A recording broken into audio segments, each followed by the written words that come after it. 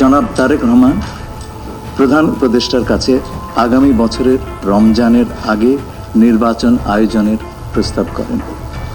দলের chairperson Begum Khaleda Xiao মনে করেন ওই সময় নির্বাচন অনুষ্ঠিত হলে ভালো হয়। প্রধান উপদেষ্টা বলেন যে তিনি আগামী বছর এপ্রিলের প্রথমার্ধের মধ্যে নির্বাচন অনুষ্ঠানের ঘোষণা দিয়েছেন।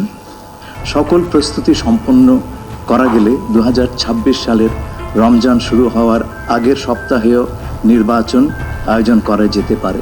সেক্ষেত্রে সেই সময়ের মধ্যে সংস্কার ও বিচার বিষয়ে পর্যাপ্ত অগ্রগতি অর্জন করা প্রয়োজন হবে। জনাব তারেক রহমান প্রধান উপদেষ্টার এই অবস্থানকে স্বাগত জানান এবং দলের পক্ষ থেকে তাকে ধন্যবাদ জ্ঞাপন করেন। প্রধান উপদেষ্টাও জনাব তারেক রহমানকে ফলপ্রসূ আলোচনার জন্য ধন্যবাদ জানান। আপনাদের সবাইকে ধন্যবাদ। আমরা 7টা কোশ্চেন নিব। আপনারা কোশ্চেনগুলো করবেন হচ্ছে আমাদের national security adviser doctor Khalilur Rahman এবং বিএনপির স্ট্যান্ডিং কমিটির মেম্বার আমির খসরু মাহমুদ চৌধুরী। প্লিজ।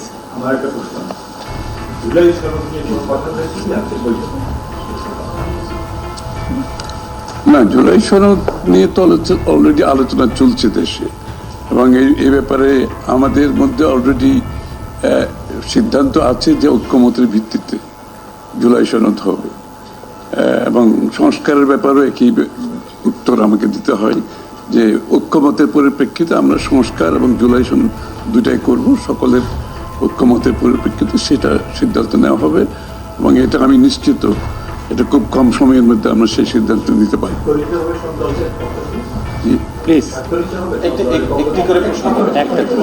হ্যাঁ, ঐক্যমত যেখানে হবে স্বাভাবিকভাবে ঐক্যমতের পরিপ্রেক্ষিতে যে সিদ্ধান্ত হবে স্বাক্ষরিত তো হবেই, না হওয়ার কোনো কারণ তো নেই। Please please please please please উনি হচ্ছে যে যেটি বারবার যে কথাটি বলা হচ্ছে যে নির্বাচনের একটি সঠিক তারিখ নির্ধারণে আসলে সমস্যাটা কোথায়? একটি সঠিক তারিখ সুনির্দিষ্ট তারিখ, এর কোনো সমস্যাই নাই। আমরা কোনো সমস্যা দেখছি না। কেউ দেখলে পারে এটা ভুল দেখছেন।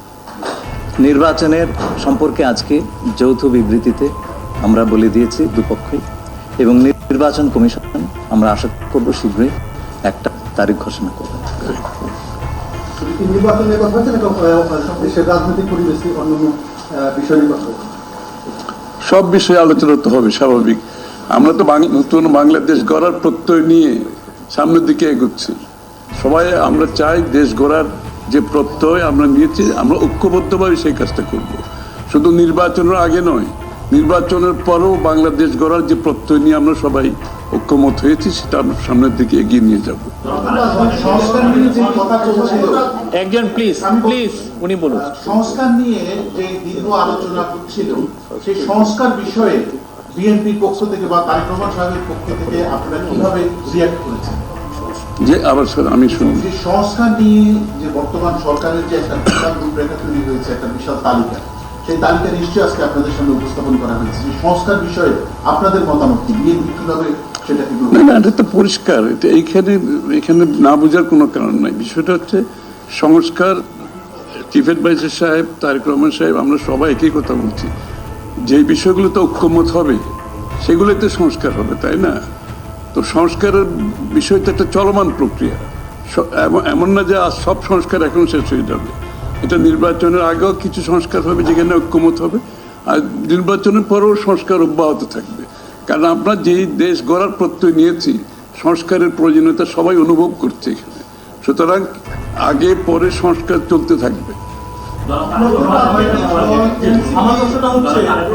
Please please please please. Tarique Rahman দীর্ঘদিন ধরে এখানে অবস্থান করছেন এবং স্বরাষ্ট্র উপদেষ্টাও বলেছেন ওনার দেশে ফিরতে কোনো বাধা নেই। ওনার এই ব্যাপারে কোনো আলোচনা হয়েছে কিনা বা কবে দেশে ফিরতে পারে? এই ব্যাপারে আলোচনার কোনো প্রয়োজনীয়তা আছে বলে আমরা মনে করি না। তারেক রহমান সাহেব যখনই ইচ্ছা উনি দেশে ফিরে যেতে পারবেন, সুতরাং এটা সিদ্ধান্ত উনি নেবেন সময় মতো। আমার প্রশ্ন যে শেখ হাসিনার যে এই যে হত্যাযজ্ঞ, সেই হত্যাযজ্ঞের যে বিচার প্রক্রিয়া, সেই বিচার প্রক্রিয়ার সাথেও কিন্তু একটা বিষয় জড়িত। তিনি বলেছেন যে তার সময় অর্থাৎ নির্বাচনের আগেই শেখ হাসিনার যে বিচার প্রক্রিয়া তিনি শেষ করতে চান এবং পরবর্তী তাকে ফিরিয়ে আনার ব্যাপারে তিনি সিদ্ধান্ত নেবেন। এই ব্যাপারে আলোচনা হয়েছে কিনা, এবং যদি সেটা হয়ে থাকে তাহলে সেটাও এই নির্বাচনের রূপরেখার সাথে এটা কোনো প্রভাব ফেলবে কিনা? যৌথ বিবৃতিতে এর উত্তর দেওয়া আছে। সংস্কার এবং বিচার দুই বিষয়ে পর্যাপ্ত অগ্রগতি কথা বলা হয়েছে এবং আমরা মোটামুটি কনফিডেন্ট যে এই অগ্রগতি আমরা নির্বাচন আগেই দেখতে পাই। সম্পন্ন করা যাবে। রাজনৈতিক দল এনসিপি নির্বাচন কমিশন সংস্কার ছাড়া নির্বাচনে যাবে না বলে ঘোষণা করেছে।